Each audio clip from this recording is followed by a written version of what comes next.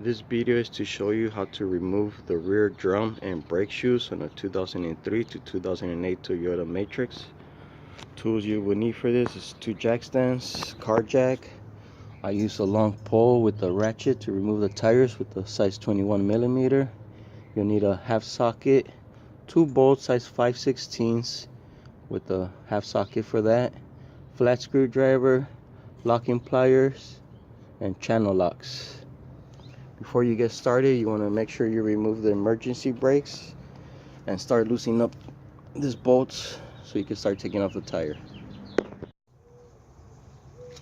Okay, so once you remove the tires and you have your car on jack stands, next thing you want to get is your 2 5/16 screws, and you're going to put them on these 2 holes here. You grab your ratchet with your half-inch socket, and start going in. You might want to hold it here so it won't be moving, and this one's already coming up pretty easy. There you go. This one was an easy one. On yours you might hear a lot of cranking and sounds. After this, usually I like to get some brake cleaner and spray it all around, clean it up, but I don't have none today, so I won't be doing that. Be a good idea to put some cardboard on the floor. And after this, we're going to start removing 5 screws. Which right here is 1, 2, 3, 4, and 5. First spring we're going to remove is the bottom spring. As you can see here, remember when you put the spring back on, make sure you put it behind the small little plate that's right here in front of the spring. So you get your locking pliers. You just want to hold it here and just pull back on the spring, and that's it. You might want to set it down exactly the same way that you pull it out so you remember what side goes on which. Next springs we're removing are going to be this 2 right here. I already took off the one on the other side, so this is what we're looking at here. What we need to do is push this spring all the way in and turn at a 90 degrees angle so it comes out through the slot. To do that, we get our locking pliers. We leave a little bit of space here so it fits here in the little screw.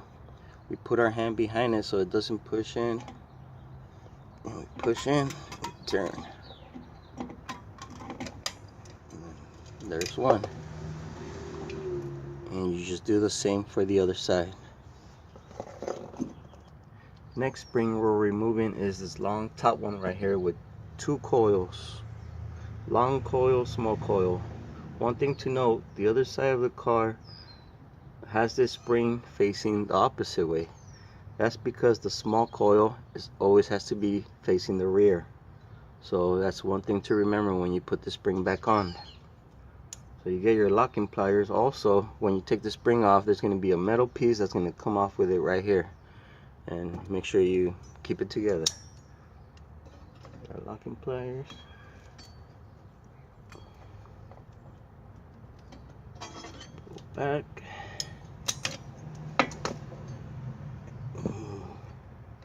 As you can see, here's the metal piece that comes with it. So make sure you put it back together just how you saw it. Small coil always facing the rear. Now we're going to remove the last spring, but for this we're just going to hold on the 2 shoes and pull back. And when you do this, you might see all the parts fall down. It's okay, don't worry about it. This spring might fall down or stay with the shoe. This metal piece for sure is going to come out, and also this long bar here. So you'll see how it all goes. So you want to pull, make sure it's not hooked on the bottom, and you kind of pull and kind of turn. There you go, everything goes down. To remove the shoe, you're going to grab this spring, just pull it back and pull up the shoe. Just take it out.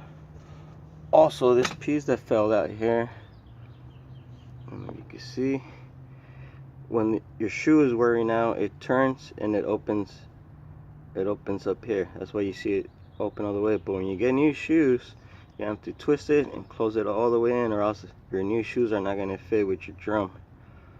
So once you get your new shoes, it has to be closed all the way in, just like that when you put it back on. And if you were wondering, you know, how do the parts go when they fell down, I'll show you on the opposite side. I kind of put it together here. So this metal piece fell out. It's gonna hook right here into this stud. Here's a spring that popped out. The small little coil goes right here in the brake. And here's the piece that I was talking about, the spreader. It has the T right there. And it'll just hook right here in. And that's how it's gonna go when you put it back on. Now we have to remove this lock from this piece. So we get our flat screwdriver and our channel locks for this job. So first thing you want to do, just put it here so you can open it up a little. There you go, just give it some room. Grab your channel lock. You're going to want to put it from here in the edge to right here on the tip.